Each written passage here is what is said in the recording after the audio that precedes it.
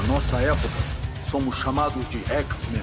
É isso aí, galera. Depois de 2 anos, voltamos com X-Men 97, simplesmente trazendo aí um dos maiores, se não o maior vilão dos X-Men de toda a história dos quadrinhos dos personagens. Trazendo, contudo, a história do Apocalipse, adaptando ela aqui pra animação, a história do Cable, a história das aventuras do Ciclope com a Jean Grey e vários outros arcos completamente insanos somente nesses 3 primeiros episódios iniciais. O destino dos X-Men está selado. Só vamos falar de todos os detalhes, referências e easter eggs nesse episódio, começar a teorizar, porque a primeira temporada foi perfeita e essa aqui tá maravilhosa. E a crítica ali no Rotten Tomatoes já tá amando também. Quem não é maluco de não amar essa animação completamente insana? Tô te falando, a Marvel só precisa pegar o que tem nessa animação, colocar em live action nos cinemas, que a gente será feliz. Ele é onde o fim começa. O nome do episódio é uma referência a Dias de um Futuro Esquecido, não tem nada a ver muito com a adaptação dos quadrinhos ou até mesmo ali o que rolou nos filmes dos X-Men no cinema. Mas aqui nesse primeiro episódio é praticamente uma adaptação das aventuras do Ciclope e da Jean Grey nos quadrinhos, onde conhece o Cable, onde eles são levados para o futuro através dos poderes da mãe Scane, jogando a mente deles nos corpos dos caras no futuro. Só que o que rola? Ela não fez isso colocando a mente deles, ela levou eles fisicamente para o futuro. Ela tem esses poderes completamente absurdos sim, mas vamos por parte aqui nesse episódio. Fazendo-os viajar através do tempo para que pudessem salvar o mundo do apocalipse. Começa com o Forge e o Bishop conversando, deles falando que está se tornando o futuro do Bishop, que é justamente Dias de um Futuro Esquecido, por causa da presença ali do próprio Apocalipse, que nós vimos no último episódio da primeira temporada. Até mesmo pegando a cartinha ali, a gente já sabe que vai vir aí o Gambit Cavaleiro da Morte ali, o Cavaleiro do Apocalipse. Tanto que é citado ali a destruição de Genosha na TV ali no jornal. Desde que os X-Men desapareceram, seu presente começa a parecer mais com o meu futuro a cada dia. Os dois estão conversando e mostra ali os X-Men que se perderam no tempo, né? Os que foram pro futuro e os que foram pro passado. 3.000 anos antes de Cristo, que é justamente a parte do Antigo Egito, adaptando ali todo o arco e a história do Apocalipse juntamente com o próprio Ramatut variante do Kang. O outro grupo ficando ali no século 40 praticamente, né? Quase no 4.000, ano 3.960, que é quando tem o maior império do Apocalipse no universo da Terra. Estamos olhando para 2 das eras mais sombrias da humanidade. Apocalipse. O Forge vai pro futuro, o Bishop vai pro passado e o Forge ali começa a lutar contra os robôs e tudo mais. Cara, muito da hora essa cena, futuro de ação e tudo mais. E ele é salvo pelo Wolverine, na sua forma completamente feral, por conta do que aconteceu no final da primeira temporada, que o Magneto tirou todo o adamante de dentro do corpo do Wolverine. Por não ter mais o adamantium ali, a mutação do Wolverine não tá mais sendo contida e tá começando a evoluir cada vez mais, com ele ficando cada vez mais feral, adaptando justamente essa versão do personagem nos quadrinhos. Muita coisa aconteceu desde o asteroide M. Ele se reencontra ali com a magnífica Tempestade e depois vai conversar com a Jean e o Ciclope. Eles estão conversando para entender o que tá rolando, porque eles querem saber se a presença deles ali é pra acontecer o que tem que acontecer, tipo, o que está acontecendo nesse momento é o que já estava previsto para acontecer, ou eles estão ali para mudar o que vai acontecer. E na minha descrição, compreendimento aqui, o que eles estão fazendo ao decorrer de todo esse episódio é o que já vai acontecer mesmo. Eles não estão mudando o futuro. Eles estão fazendo o que era para acontecer e o que já aconteceu. Mas e se vocês forem enviados para impedir que Cable se torne o soldado que ele precisa ser? E se fomos enviados para cá para fazer dele o soldado que derrotará o Apocalipse? Aqui a gente vê a mãe Scane. Quem que é ela? Gente, pra quem não sabe, essa aqui é a filha do Scott e da Jean Grey. Sim, do futuro, do Dias de um Futuro Esquecido. Ela veio de uma outra linha do tempo e por que ela tem tem essas marcas no rosto foi porque na linha do tempo dela no futuro, ela foi capturada, escravizada, controlada mentalmente para caçar mutantes e colocaram essa marca no rosto dela e ela continua com a marca no rosto justamente para mostrar e ressignificar toda essa marca de escravidão e de controle mental, tentando mostrar como uma marca de resistência e de esperança. A Rachel Summers, lá no universo dela, no futuro, ela já ficou em posse ali justamente da Força Fênix, tanto que aqui ela ainda tem resquícios da Força Fênix, tanto que mostra um take ali, ela com o olho brilhando e a Força Fênix dentro dos olhos dela, por isso que ela é tão poderosa. Mas nem é por isso, sem a Força Fênix, ela já é uma mutante de nível ômega que consegue controlar viagem no tempo tranquilamente e fazer as pessoas viajarem no tempo assim como ela. E ela tá ali justamente para guiar o Cable para ser a pessoa que vai derrotar o Apocalipse. E aí então que mostra simplesmente o cemitério de mortos mutantes na frente da cidadela do Apocalipse. Simplesmente insano.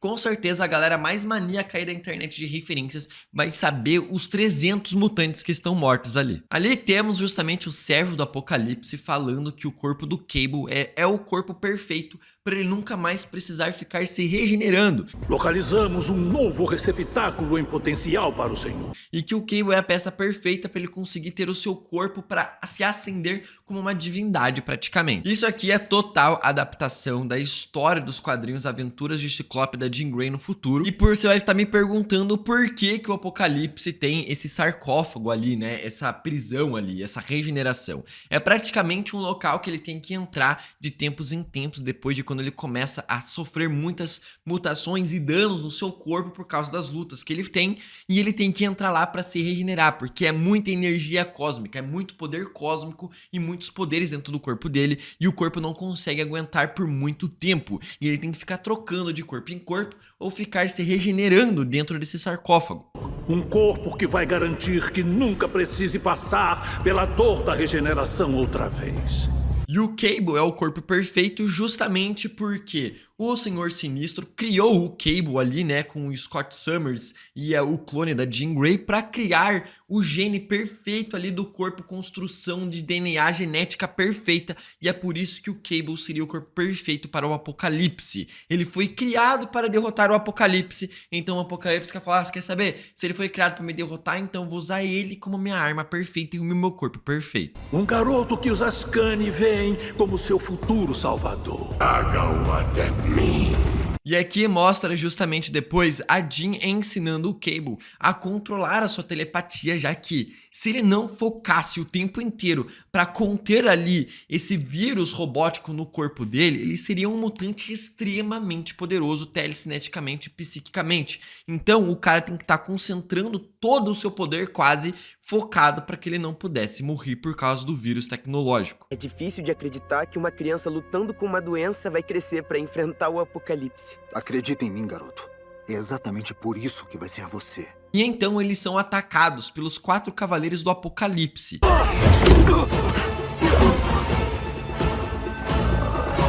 Esses aqui são personagens bem doidos, né? O tiozinho da bateria, pô, é sacanagem. Mas sim, o cara foi um cavaleiro do Apocalipse. Um deles é o Sanjarva Reed, que é o cavaleiro da morte. E ele tem o poder de criar doenças e infecções nas pessoas. A outra é Shizumi, a cavaleira da pestilência, que tem o poder de controlar enxames de besouros que devoram a carne das pessoas. O outro é o Decimus Furious, o cavaleiro da guerra, que tem super força e invulnerabilidade. E o tio do tambor é justamente o Gebeli, cavaleiro da fome. O cara consegue transmitir um câncer que devora a carne das pessoas através do som que ele reproduz. Não precisa ser tambor, pode ser qualquer som. Quem tá ali liderando os 4 cavaleiros é o servo do Apocalipse chamado Ozymandias, que tá com ele desde o Antigo Egito. E o Apocalipse transformou ele para ter um corpo praticamente imortal e indestrutível.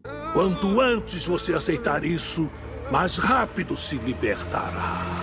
O Scott ali e a Jean, capturados junto com o Cable, revela pra ele que ele tem força pra conseguir se libertar ali das amarras ali da prisão que eles estão, porque ele é justamente o filho deles. Muito emocionante, o cara sentindo ali a voz dos pais, os pais apoiando, dando força pra ele conseguir se libertar. Essa cena aí foi bem da hora.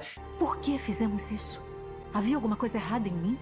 Mas você é perfeito, meu filho. Mas devemos a você nada menos do que o melhor futuro possível. E quando tudo isso aqui acontece, tá lá a mãe Scane conversando com a Tempestade, com o Forge ali, com o Wolverine também e com o Morpho, com os caras simplesmente começando a criar um plano pra conseguir libertar o Cable, e ela falando que tem um olhinho ali com a Força Fênix, e ela falando pra Tempestade farmar muita aura, porque ela simplesmente tá pegando radiação solar com todo o poder dela, e é muito massa o personagem, cara. Ela podia só ficar quieta ali, canalizando. Pois nós somos a alvorada que finga a sua noite! Mas não, ela vai falando umas frases que vai empolgando e os caras se juntam ali ao mesmo tempo que os outros se libertam falando que eles são os X-Men. Cara, a musiquinha tocando, estralando. Cara, meu, sério, cinema. Cinema! Na nossa época, somos chamados de X-Men. Do nada, no meio da luta, o Morpho se transforma no Thor e eu falei, cara, como que o Thor tá ali? E eu esqueci que era o Morpho. Muito da hora as referências que ele faz com o corpo dele. Eles conseguem invadir a fortaleza do Apocalipse, eles chegam lá, o Apocalipse mete o pé fugindo para os anos 90, que é o que aconteceu no final da primeira temporada, né? Ele foge dos caras para não ser derrotado, porque o corpo dele já tá extremamente destruído, e ele vai para lá para enfrentar os caras nos anos 90 mais fracos. Eu devo atacá-los quando estão mais vulneráveis. Nos anos 1990. E o Cable pega justamente a inteligência ali, alterando a parada dele ali, a inteligência celestial, e então ele vai acompanhar com ele ali o tempo todo essa inteligência que vai fazer ele se tornar o Cable que ele se torna lá no presente, que a gente vê no próximo episódio. Enquanto eu crescia, todo mundo me disse que eu nasci para matar o Apocalipse. Que é o que já mostra aqui no final desse primeiro, que é justamente ele conversando com a Psylocke e também o Arcanjo, que já foi ali alterado pelo Apocalipse e se revoltou contra o cara, foi libertado e tudo mais, e ele tá já querendo recrutar a Jubileu e o Mancha Solar. Recrutamento. Já o episódio 2 começa ali com os jovens mutantes indo pra mansão dos X-Men, querendo ser, né, resgatados por eles estarem sendo caçados. E ali mostra simplesmente o Kid Ômega. Sim, o Omega Kid. O Piá tem simplesmente poder Ômega. Ele tem poderes completamente absurdos, só que por ser criança ele não consegue ainda controlar esses poderes, por isso que eles simplesmente não destroem os caras que estão caçando ele. Entre ele ali tem a Danielle Moonstar e a Suplício, que é essa personagem aí que fica com a pele vermelha e os cabelos vermelhos que são capazes de quebrar qualquer tipo de metal. Ferme-te, Gull, ou vou ter que poupar nossos ouvidos da sua ladainha.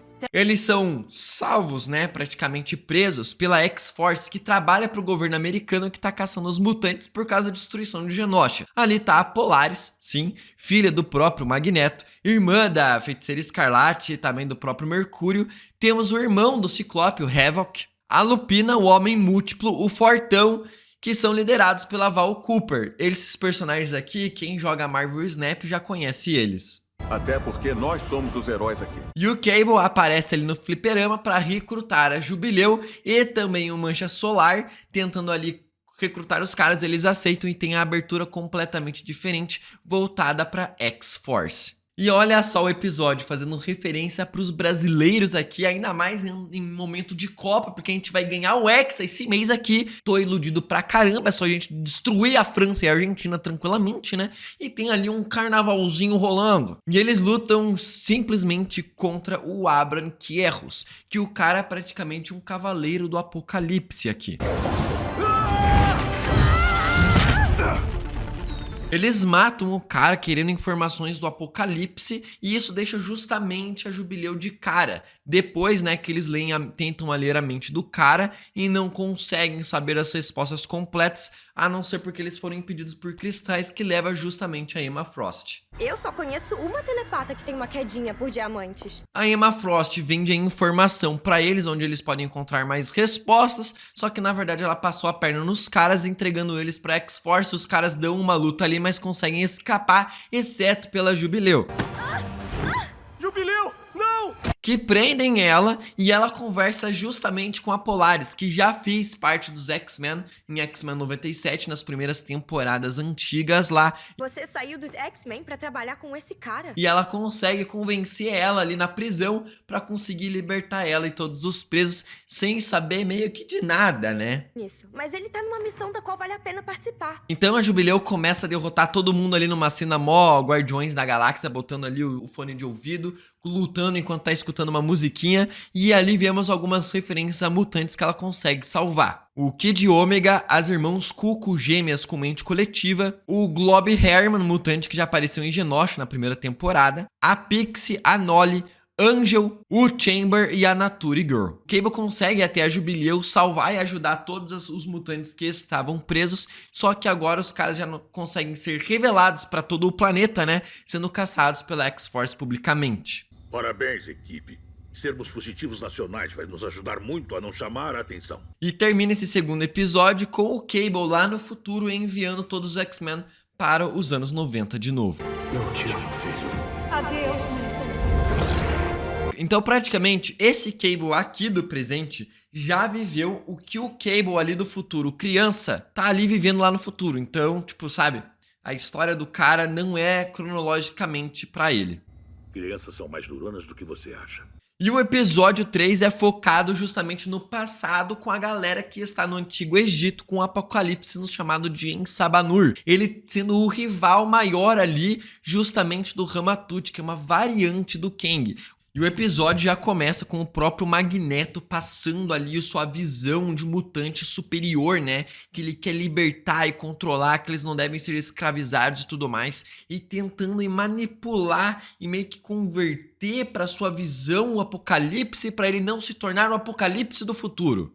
Com a minha orientação, um deus entre insetos. E em seguida mostra já a Gênesis, que é nos quadrinhos o amor do Apocalipse, sim, traiu ali o Ramatut, os caras se amam ali e tudo mais, e mostra ela ali. Pelo jeito, não sei se vão trabalhar isso aqui na série. E ela tá trabalhando pro Ramatut, que é uma versão do Kang, o Conquistador. E nos quadrinhos, né, o Kang vai ali pro passado no Egito, justamente para se tornar, né, líder e dono do planeta Terra em um momento do tempo, só que o cara também acaba descobrindo ali a origem do primeiro mutante, né, do planeta Terra, e ele quer meio que controlar e transformar o Ensabanur em uma arma. Os caras brigam e tudo mais, ele foge pro seu tempo de volta pro futuro, e nos quadrinhos o Ensabanur pega a tecnologia do Kang e se transforma no Apocalipse ali no começo, até encontrar poderes muito mais poderosos. Então aqui o Kang é ali, né, o Ramatut por enquanto, e o Ensabanur ainda não se tornou o Apocalipse. Que vivam os mais fortes! Que vivam os mais fortes! Ele começa simplesmente uma guerra, ele destrói um exército de robôs e tecnológicos do futuro do Ramatut, do Kang, tranquilamente. E é muito da hora a Névoa fazendo referência ao Apocalipse ali, cara, com a sua versão futurista, e ele ainda tá ali normal. Isso aqui é muito Star Wars, sabe? A série Ahsoka, que ela tá lutando contra o Anakin na sua mente, depois tem aqueles flashes do Darth Vader, cara. Eu peguei a referência. O Fera até tenta criar ali uma tecnologia de viagem no tempo com a tecnologia do Kang, adaptando, só que dá errado. E eles têm que ficar esperando o que vai acontecer com o Apocalipse para eles tentarem derrotar o Ramatut e pegar a tecnologia dele para voltar pro presente. Malditas máquinas!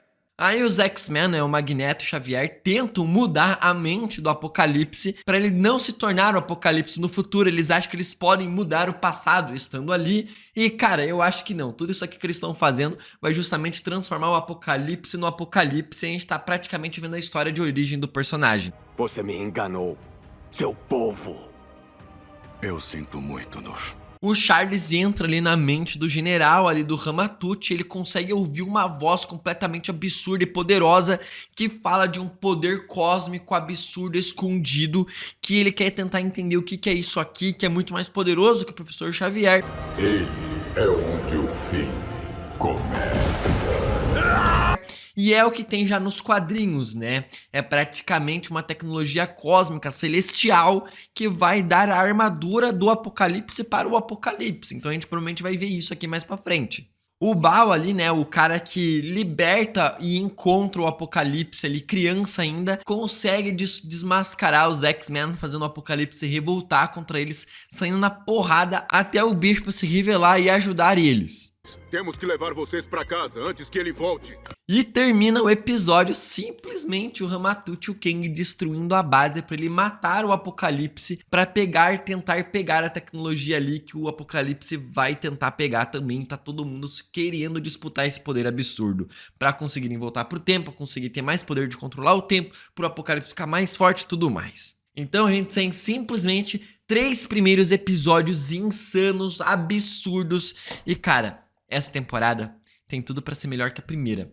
Até porque a gente sabe que vai voltar o Gambit. Então, cara, eu tô hypadaço com isso aqui. Ainda mais que tá tendo Copa, ainda mais que vai ter trailer de Vingadores Doomsday esse mês na San Diego Comic Con. Eu tô torcendo. E ainda mais que vai ter Homem-Aranha 4. Então, gente, esse aqui é um mês maravilhoso pra você tá inscrito e acompanhar todos os vídeos aqui do canal, beleza? Até o próximo vídeo e... tchica, tchica.